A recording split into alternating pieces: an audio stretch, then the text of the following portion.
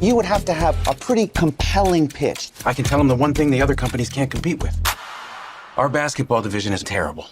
I do not love it. Today, we're talking about Air. Okay, not that kind of Air, the movie Air, which features the Nike Shoe Company. Yes, corporate America, they're losing to Adidas, they're losing to Converse, and they don't really know how to pull themselves up from under the rug. But then a wild Michael Jordan appears and saves the day by signing on with Nike and thus creating Air Jordan. It's a fictional but also realistic tale on how Air Jordan came to be. How instead of making shoes that the player represents, they make shoes to represent the player, thus making a brilliant marketing strategy that has been studied for years upon years now. My classes back in college, we studied bits and pieces of sports marketing, and that was one of the topics that came up. But realistically, back then in the 1980s, that was something you never really heard of. You don't see these marketing strategies taking on these big risks. No one ever put faith in this kind of marketing. They always played the safe road. But you realize, how do these companies get started up? Apple, a garage, Nike, apparently at the back of someone's car selling shoes to people. It's all about taking bets. And this movie is basically this company, this soulless company trying to almost, in a sense, refine itself, refine its purpose. And so going into this movie, I was a bit hesitant because the movie solely focuses on the marketing side of things. You don't see any of the games. You don't see Michael Jordan at all. You hear him slightly in the background. You can kind of see him as a silhouette in some shots, or maybe he's just turned around.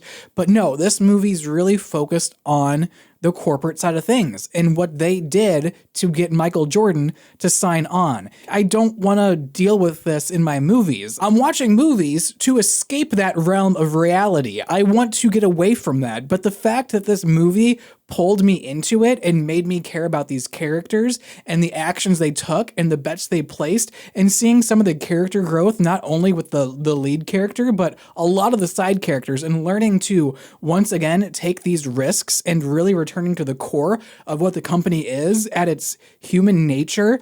It was something that I found extremely, at the end of the day, enticing to just take in.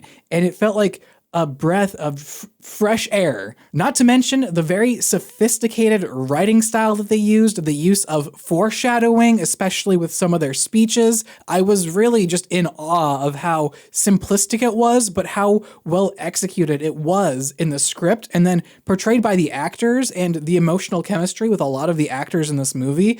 It really felt like a lot of what you see in corporate America today and how people actually talk to each other. Overall, after leaving this movie, I found myself able to get behind the film and mentally support it. Usually with movies, I ask questions, maybe why didn't we see this? Especially for this movie about basketball, there is no gameplay of basketball whatsoever within this film. In fact, there's not a lot of Michael Jordan either. As I mentioned, Michael Jordan actually, to me, he's not even a character in this movie. He's more so used as a prop, which I found a little bit weird, but at the same time, he also kind of was the heart and soul of the movie, because without him, Air Jordan wouldn't exist. So just not being able to see his human side of things, not being able to see how his humanity interacts with the corporation that is Nike, not being able to see those two kind of like butt heads almost, I felt like we were stripped away from that. And the results that we got by the end of this movie, which was Michael Jordan accepting the offer and giving his own propositions, it all felt like it was too easily earned. It was as if there was no room for there to be an antagonist in this movie or an anti-hero. And I feel like they just didn't want to make Michael Jordan the anti-hero, the antagonist to the corporation. There was a lot in this movie that conflicted within me, but I don't think it's bad. I think, in fact, that's a very good thing. What conflicted with me was these choices that the filmmakers made, and by the end of my thought process, I immediately always went back with the filmmakers' decisions on how they approach this film. It just keeps bringing me back and forth. But not only that, the characters, they're emotionally charged, they're funny to listen to, and a lot of them have great personality. There's lots of movies these days where I walk out of the theater, not to mention Dungeons and Dragons, and half the cast, I forget their names. And I can't lie to you guys, I am not a big fan of Ben Affleck's directing, nor am I a big fan of a lot of his characters in movies. I could care less if he's Batman, but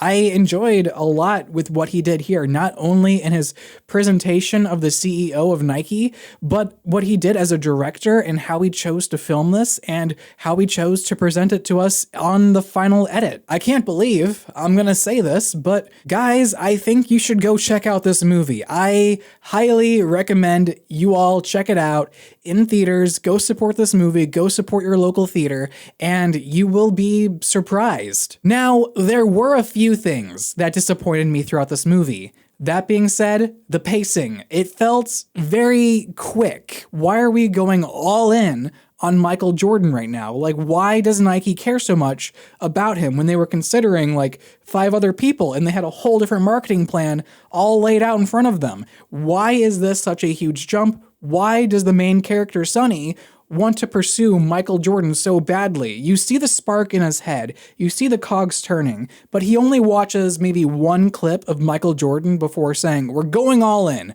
I wanted to see more of the build-up leading up to why Michael Jordan was picked, why Sonny was able to connect with him so well. I love seeing that build-up between the coach and the athletes. It is a unique story to follow, but in this case, it's more between the marketing team and the athletes, which also serves a more interesting, weird dynamic. And with that said, it's kind of hard to call this a sports movie because there's a lack of sports in the movie. This movie is based on truth. It's based on a true story, and it's so confusing and jarring, but in some really good and unique ways. Thank you guys so much for watching my review of Air. If you guys enjoyed the video, be sure to leave a like, leave a comment. The engagement helps out with the YouTube channel. We're trying to get up our watch time. If you guys are new here, hit subscribe. We post movie reviews every single week. With all the YouTube jargon out of the way, my name's Austin, and I will see you guys in the next one. Take care. But a shoe is just a shoe. Until my son steps into it.